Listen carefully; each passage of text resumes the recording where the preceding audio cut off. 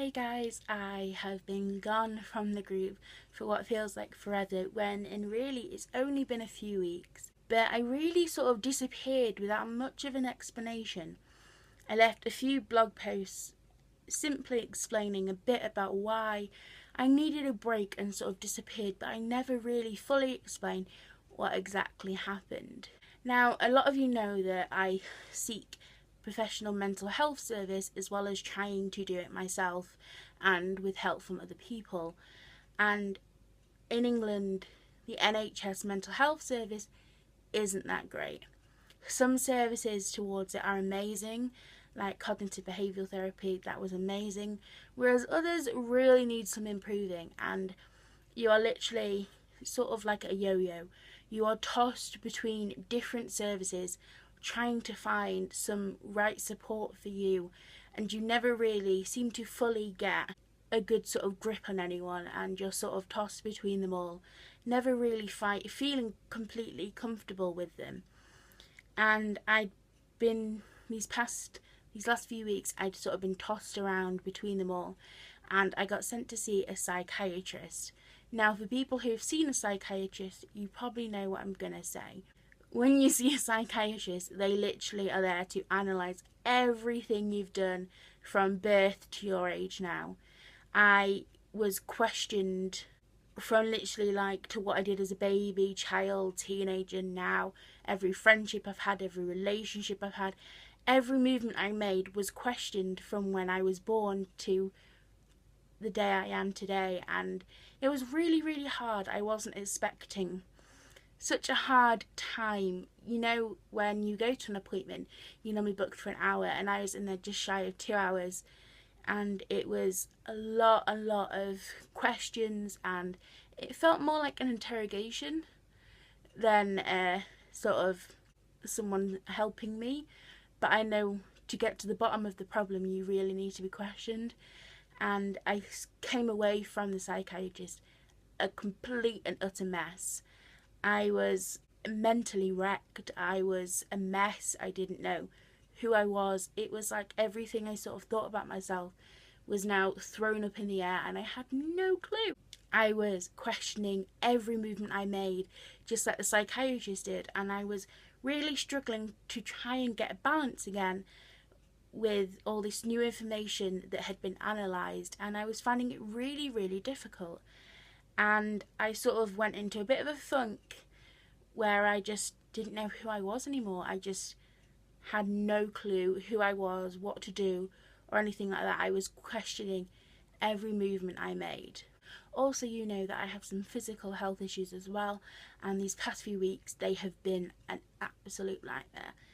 Normally I have quite a good grip on the pain with them, and I'm doing okay normally. I'm used to sort of their symptoms, but these past few weeks have been hell, and especially these past few days have been an absolute nightmare. I've been in a lot of pain, and these past few days every day sort of blurred into one. I've been like in sort of like a sleep coma, I'd call it. Like, I wouldn't know a day had passed. I'd be sort of passed out and not really knowing what was going on around me, and it's been a really hard past few weeks with the physical and the mental illness, and it just really, really sucked, and it really got me down because nothing seemed to give me hope anymore. I mean, what I thought was I was getting a grip on the physical illness, that got thrown up into the air. So that wasn't going right. The mental health was, I didn't have a clue what was going on with that. Everything in my life had been questioned. I didn't know a thing. That was all up in the air, and I didn't feel stable. I didn't feel like on a balanced ground. I was a complete mess, and I was really, really struggling. And then to top it all off, a few of you will know that Glee ended last week, and it was extremely, extremely painful for me to witness that. It was a 2-hour finale, and it really, really hurt. Glee has been a huge part of my life for a while now, and I wouldn't be sat here in this chair doing this video if it wasn't for Glee. You know, I would either be dead or had serious medical conditions from the overdose if Glee hadn't stopped me. And it has kept me going right up till today. So when it ended last week, I was a complete mess. I was heartbroken, and I still am today. I'm really grieving for this huge part of my life that is now gone. You know, every time I hear a song that Glee's done, I will cry. I still cry now. I've been wearing my Glee clothes, the hoodies, and it's been really, really hard, and I'm still struggling with accepting that it's gone. And I know a few of you will say, you can watch it on box set, but it's not the same. You know, you're rewatching it, you're not getting new inspiration, new songs. You know, it's, you know, in your heart of hearts that you're not getting a new episode, you're not seeing that character again, and it's really, really difficult to come to terms with. But on that side, I've made quite good friends over Twitter in the Glee fandom, as they call it, and we've sort of all banded together to get through it, and that's been really, really nice. But with the whole physical, mental Glee ending, these past few weeks have been really shitty. And I just really didn't have the energy to even think or breathe, let alone film a video. I didn't really feel like I could film a video. I was just struggling.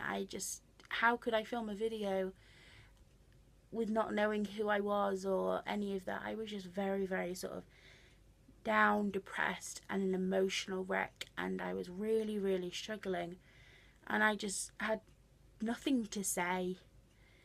I really didn't. I was just empty, and I knew that if I carried on this feeling path that I was going through, then I knew there would be serious repercussions.